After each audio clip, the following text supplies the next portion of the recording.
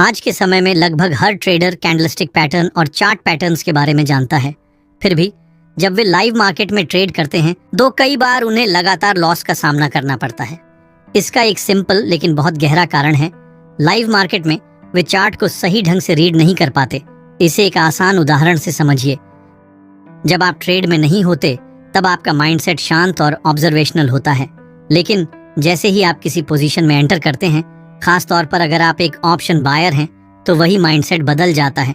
अब आप चार्ट को शांत दिमाग से नहीं बल्कि इमोशंस से देखने लगते हैं, जैसे डर, लालच, घबराहट और जल्दबाजी।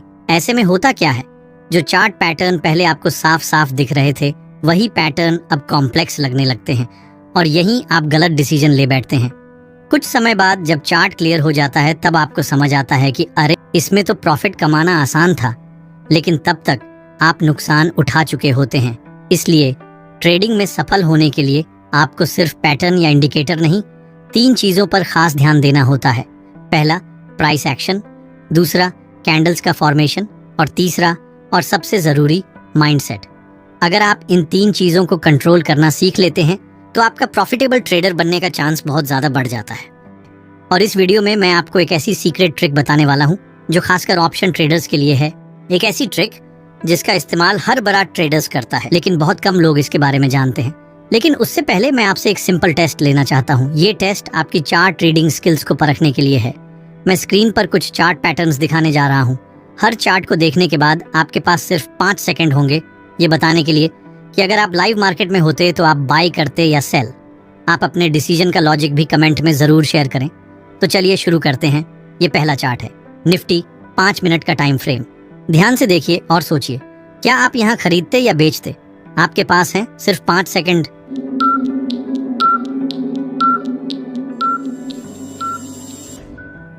तो चलिए, अब आप अपना जवाब नीचे कमेंट में जरूर बताइए। अगर आप इस चार्ट को ध्यान से देखें तो आपको दिखेगा कि मार्केट ने एक ही लेवल पर 2 बार सपोर्ट लिया है, जो कि एक क्लासिक बुलिश रिवर्सल सिग्नल होता है।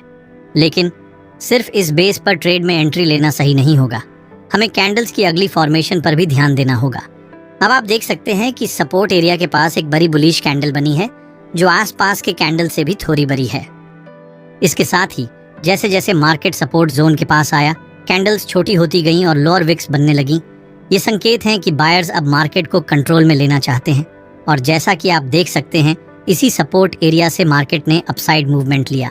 अब देखते हैं दूसरा चार्ट। ध्यान से देखिए और बताइए, क्या यहाँ बाय करना चाहिए या सेल? अपना जवाब कमेंट में जरूर शेयर करें।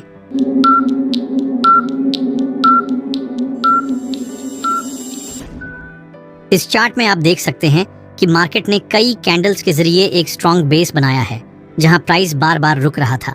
इसका मतलब है कि बायर्स धीरे धीरे मार्केट में एंटर कर रहे हैं। यह एक एक्यूमुलेशन सिग्नल है। इसके बाद एक बड़ी बुलिश ब्रेकआउट कैंडल बनती है जो उस बेस से ऊपर निकलती है।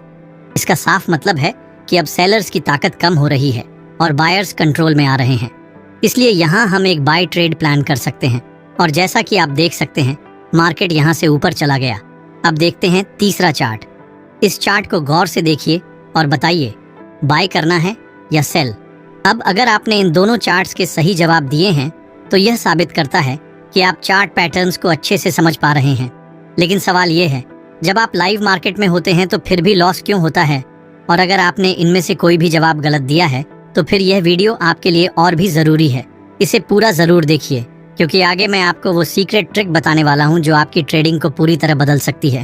अभी तक हमने जितने भी चार्ट पैटर्न देखे, बट कंफर्मेशन के लिए हम लोगों ने एक कॉमन सी चीज देखी, कैंडल की साइज। यानी चार्ट पैटर्न रीडिंग करते समय आपको कैंडल की साइज देखना बहुत जरूरी है। जैसे इस चार्ट में देखिए, ये है निफ्टी 2 मई 5 मिनट टाइम फ्रेम की चार्ट। और इस चार्ट को अगर आप देखेंगे तो आप क्लियर देख सकते हैं कि जैसे जैसे मार्केट अपसाइड जा रही है, वैसे वैसे कैंडल की साइज छोटी होती जा रही है। और इस एरिया में एक रेड कैंडल की फॉर्मेशन होती है जो बाकी कैंडल्स की साइज से बड़ी है। और देखिए, मार्केट लगातार डाउन साइड आ गई।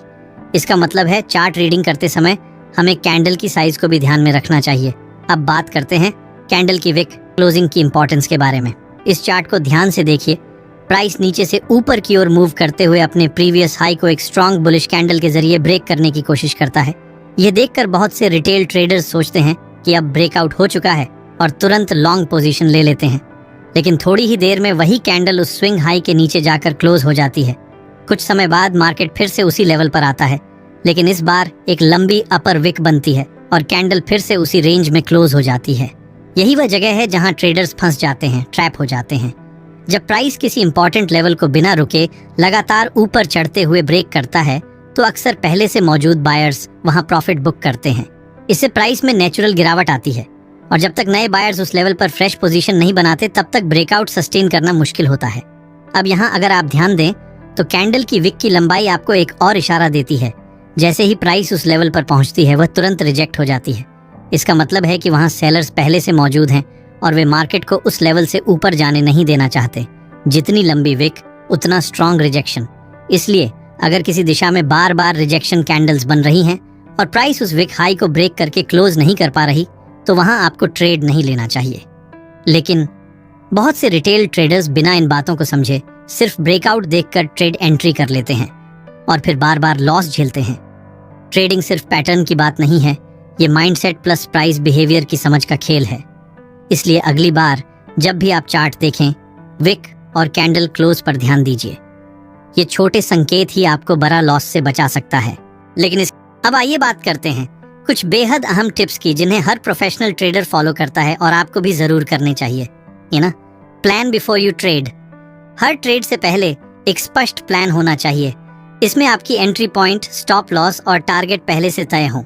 जब सब कुछ पहले से परिभाषित होता है तो ट्रेडिंग के दौरान आपकी इमोशनल इन्वॉल्वमेंट कम होती है और आप ज्यादा डिसिप्लिन के साथ ट्रेड ले पाते हैं। इसका सीधा असर आपके रिस्क और प्रॉफिट पर पड़ता है। रिस्क कम होता है, प्रॉफिट के चांस बढ़ाते हैं। Don't just watch index charts, watch option premium charts too. कई ऑप्शन ट्रेडर्स सिर्फ निफ्टी या बैंक निफ्टी के चार्ट देखते हैं, लेकिन कॉल और पुट प्रीमियम चार्ट को नजरअंदाज कर देते हैं। प्रीमियम चार्ट देखने से आपकी एंट्री और एग्जिट की एक्यूरेसी काफी बढ़ जाती है, लेकिन यह सब एक ही फोन पर मैनेज करना मुश्किल है। इसलिए एक बेसिक प्रोफेशनल ट्रेडिंग सेटअप होना जरूरी है। कम से कम एक अच्छा मॉनिटर या लैपटॉप और एक फास्ट स्मार्टफोन, ताकि आप तेजी से एग्जीक्यूशन कर सकें। 3. Technical plus psychology. चार्ट पढ़ना सीख जाना ही काफी नहीं है। ट्रेडिंग में पेशेंस और डिसिप्लिन उतना ही जरूरी है। कई बार लोग सेटअप के कंफर्म होने से पहले ही ट्रेड ले लेते हैं और जब असली मूव आता है तब तक वे नुकसान में होते हैं और ट्रेड से बाहर हो जाते हैं। डिसिप्लिन के बिना आप कभी भी एक कंसिस्टेंट प्रोफेशनल ट्रेडर नहीं बन सकते। Trading is a business, not a game. जब आप बिजनेस करते हैं तो हर कदम सोच समझकर उठाते हैं, बजट बनाते हैं, रिस्क मैनेज करते हैं, इमोशंस को बाहर रखते हैं। ठीक वैसे ही ट्रेडिंग में भी आपको हर निर्णय लॉजिक और डेटा के बेस पर लेना चाहिए, न कि सिर्फ गट फीलिंग या अनुमान के आधार पर। मुझे लग रहा है कि मार्केट ऊपर जाएगा, इस सोच के साथ ट्रेड लेना एक ट्रेडर का नहीं, एक गैम्बलर का माइंडसेट है। अगर आप वाकई एक प्रोफेशनल ट्रेडर बनना चाहते हैं तो इसे पूरी संजीदगी से लें और लगातार सीखते रहें।